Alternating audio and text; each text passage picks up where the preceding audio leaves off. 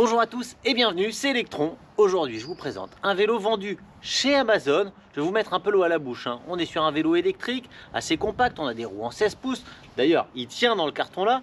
Il est relativement léger pour un vélo électrique. Il a un look bien à part, histoire d'être un petit peu différenciant par rapport aux autres. Il casse le marché parce qu'il est vendu à seulement 659,99 €. On le reçoit assez facilement puisqu'il est sur le site Amazon. Donc il arrive très vite à la maison. Et en plus, moi personnellement, je l'ai reçu dans un état irréprochable. Bon, dans la vidéo, on va tout voir, hein. Je vais vous présenter bien sûr le déballage du carton, les spécificités de la machine, on va faire le test accélération, le test freinage, je vais vous parler de son autonomie, des plus et des moins que j'ai pu trouver sur ce vélo électrique. Mais surtout, avant que la vidéo ne commence, j'ai une chose à faire, c'est de vous inviter à foncer, me rejoindre sur la chaîne. On est de plus en plus nombreux. Je vous remercie tous de me rejoindre, de me soutenir, de mettre des commentaires. C'est vraiment top.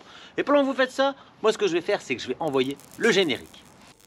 Alors, je vous l'ai dit, hein, le vélo qui est ici, c'est le Hitway en 16 pouces, qui fait un petit peu style long tail. Vous allez avoir une selle à l'arrière. De toute façon, on va voir vraiment, quand on aura déballé le vélo, à quoi il ressemble et son degré de finition. Je l'ai trouvé sur Amazon au prix de 659,99 €.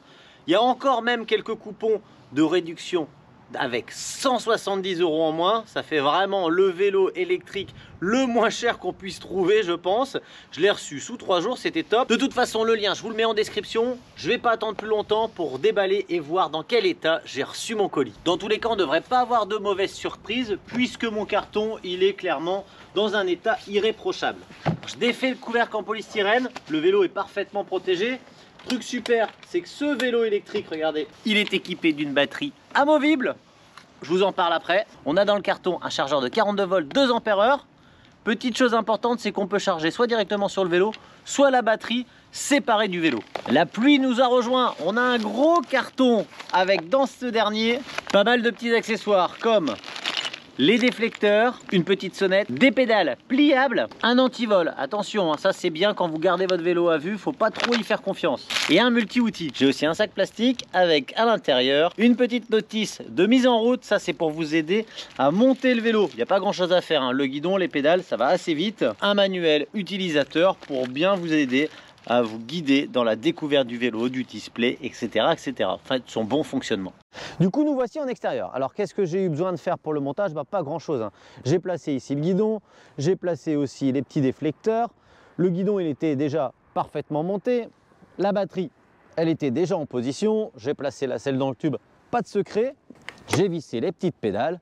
Et je me suis retrouvé très vite avec un vélo fonctionnel après avoir fait la pression des pneus. On passe du coup aux spécificités. Ici, dans la roue arrière, très proprement, j'ai un moteur qui est intégré de 36 volts et 250 watts. Et ce moteur, il est alimenté par une batterie parfaitement intégrée dans le cadre et surtout qui est amovible. Regardez, ici, petite poignée, ça lève la selle. Tac, là, petit coup de clé et je me retrouve avec une batterie très légère que je vais pouvoir charger sur le vélo ou comme ça directement caché sous le bureau. Pour la reclipser, regardez, ça va tout aussi bien. Ici on a un petit rack. On ferme, on met un coup de clé et c'est positionné. Pour le démarrage du vélo, on est obligé d'avoir la clé, mettre la position on et allumer ici directement sur le bouton. Le vélo a un joli petit look. Je vous affiche sa longueur ici, sa hauteur là. Regardez, pour le pliage, c'est assez simple. Ici, je vais lever là. Là, il faut faire une petite pression vers moi. Ça libère la partie guidon. Ici, on va avoir de quoi rendre la selle beaucoup moins encombrante. On peut aussi plier les pédales. Regardez, rien que ça déjà, quand vous n'avez pas beaucoup de place chez vous pour ranger le vélo, c'est topissime. Mais ce qu'on va pouvoir surtout, c'est encore plier le vélo avec. Et regardez, à chaque fois le système il n'est pas trop mal fait, c'est-à-dire qu'il faut décaler, hop, et ça va libérer la partie lock. Là on a une petite poignée qui est bien pratique aussi quand on veut plier le vélo et on se retrouve avec un vélo qui prend pas beaucoup d'encombrement. Et là quand vous voulez le ranger dans un coin, le ranger dans le garage ou le transporter dans le coffre de la voiture, franchement c'est pas mal. Pour le dépliage, ça va très vite également. Regardez, hop, voilà, c'est vite fait. On n'oublie pas de remettre les démontes rapides, on les pousse à fond. Au niveau du guidon, au niveau de la selle. Et voilà, on n'a mis que quelques secondes à avoir un vélo opérationnel. Dans ses caractéristiques vraiment très importantes, on a un garde-boue arrière très solide. On voit que ça fait partie du cadre, c'est soudé, c'est super joli. On peut voir aussi que nos roues en 16 pouces, on est sur des pneus à chambre à air et on est freiné à l'arrière avec un système à disque, avec un étrier monopiston commandé par câble. Et à l'avant, eh bien, on a exactement le même montage, frein à disque avec étrier monopiston commandé par câble. Et clairement, ils sont bien puissants. C'est à peine rodé, j'ai déjà bien senti que ça fonctionnait bien. Regardez la finition au niveau du cadre. Là, on a un brandage Heatway, bien fini. Je ne sais pas si c'est des autocollants, j'ai l'impression que c'est de la peinture.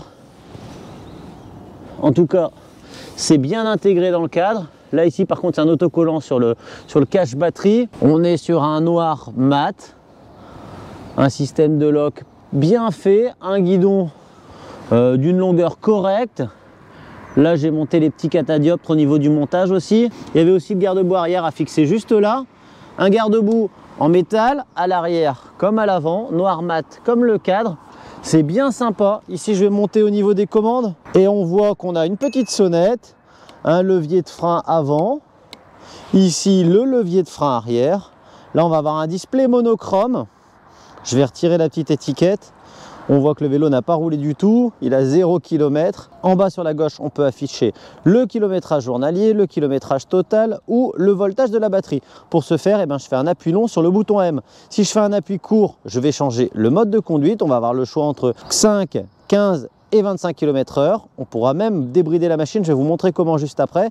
Si je fais 2 clics, j'allume les lumières. Et là, on a un projecteur relativement puissant dans la partie avant et surtout bien intégré dans le cadre. On a un joli feu arrière bien puissant, bien visible. Et ce dernier, quand on va freiner, eh bien, il va augmenter un petit peu son intensité, comme les motos. Donc c'est plutôt cool, je trouve ça vraiment très esthétique. D'ailleurs, franchement, la finition du vélo, elle est super propre. Ah, grosse particularité, comme beaucoup de pliants, ici, on va être sur une transmission fixe, c'est-à-dire qu'on ne va pas avoir de changement de vitesse. J'en profite pour vous montrer un petit peu ici, on a les poignées semi-ergonomiques. On a une hauteur de cadre qui est relativement correcte. On va pouvoir monter sur le vélo, qu'on fasse 1,50 m jusqu'à 1,80 m. Après, à 2 mètres, il va falloir se plier un petit peu, mais celui qui a besoin d'un vélo très compact pourra y trouver son compte tout de même. J'ai testé le pédalage de 0 à 25 km/h. C'est tout juste, c'est-à-dire qu'à 25 km/h, on mouline un peu. Là, je vais vous donner le tuto débridage. À 30 km/h, on mouline très clairement. Il va falloir pédaler très très vite ou alors arrêter de pédaler parce que ici, caché dans le vélo, on va avoir un petit accélérateur. Vous voyez, on n'est même pas obligé de pédaler, on peut l'utiliser en draisienne. Allez, pour les curieux, je vous donne le tuto débridage. Je vous rappelle que c'est interdit de rouler débridé avec un vélo électrique. Mais si vous avez la chance d'avoir une route privée, voilà l'astuce. Alors, regardez la manip, elle est assez simple. Là, je suis bloqué à 25 km/h, je freine tout, j'éteins le vélo, je vais appuyer à fond sur le frein, je vais accélérer à fond, j'appuie sur l'allumage. Là, je vais avoir une erreur E8, j'attends un petit peu, je mets un coup d'accélérateur et je relâche tout. Et là, je suis débridé. Allez, je rebride le vélo. On fait tout de suite le test accélération.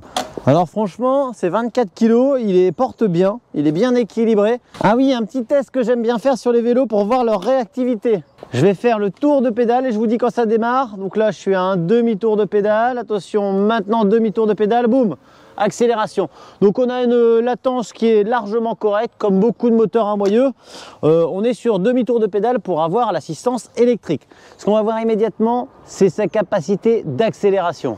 Prêt pour le démarrage, 3, 2, 1, top, accélération, j'ai déjà l'assistance, je suis à 15 km/h, 20 km/h et 25 km/h.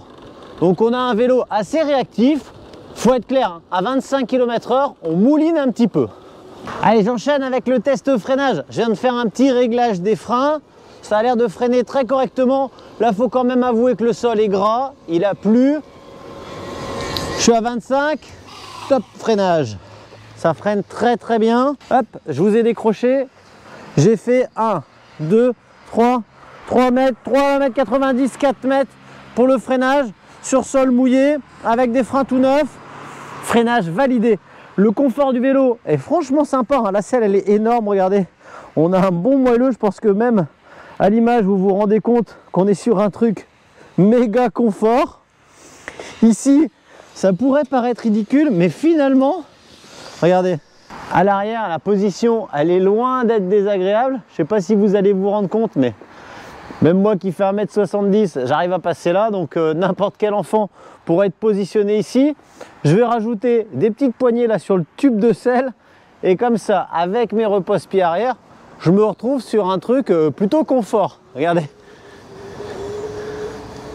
Tout ça pour dire qu'on peut emmener quelqu'un à l'arrière pour des petites déposes. Ça peut être très pratique, hein. Je sais qu'il y a pas mal de jeunes qui ont abandonné la voiture en ville pour des petits vélos. Là, on est sur un truc bien évolutif, hein. À l'arrière, rien ne nous empêche de mettre un petit top case, de mettre une espèce de panier, ou bien de laisser la selle qui est là et rajouter les petits repose-pieds. Et on a vraiment un petit vélo qui va pouvoir se rendre utile un peu n'importe où et n'importe comment. J'utilise le petit mode fainéant avec l'accélérateur. Comme le vélo est bridé, ça va m'emmener jusqu'à 25 km/h.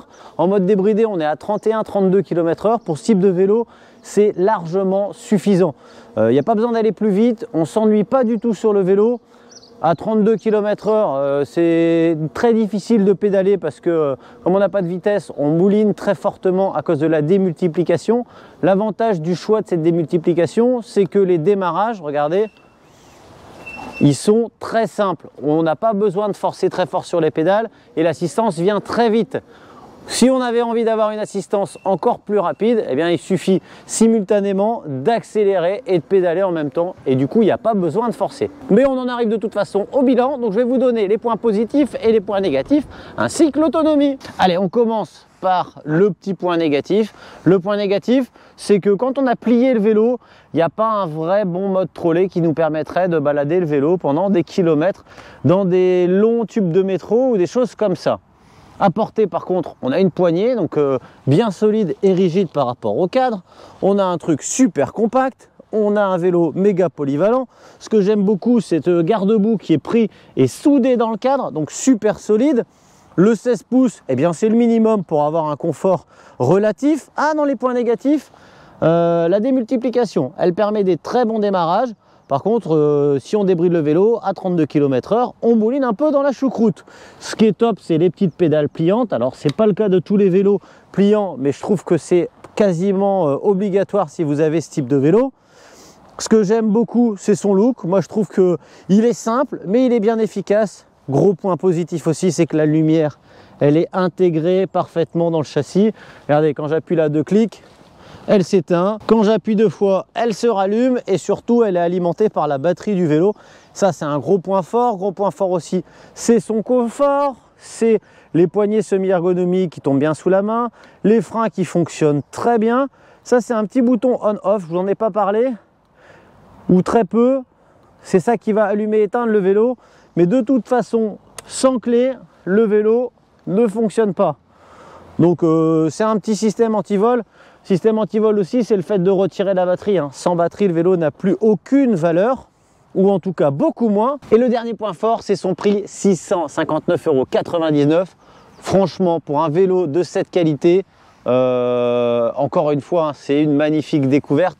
En plus, actuellement, je ne sais pas si ça va être encore le cas très longtemps, il y a des coupons, il suffit de les activer, faites bien attention quand vous passez votre commande et vous avez 170 € de remise. Franchement, c'est hallucinant. Allez, je vous parle de son autonomie pour finir la vidéo. En mode draisienne, c'est-à-dire si vous pédalez pas du tout, vous vous contentez d'accélérer, vous allez faire 22 km si vous êtes léger.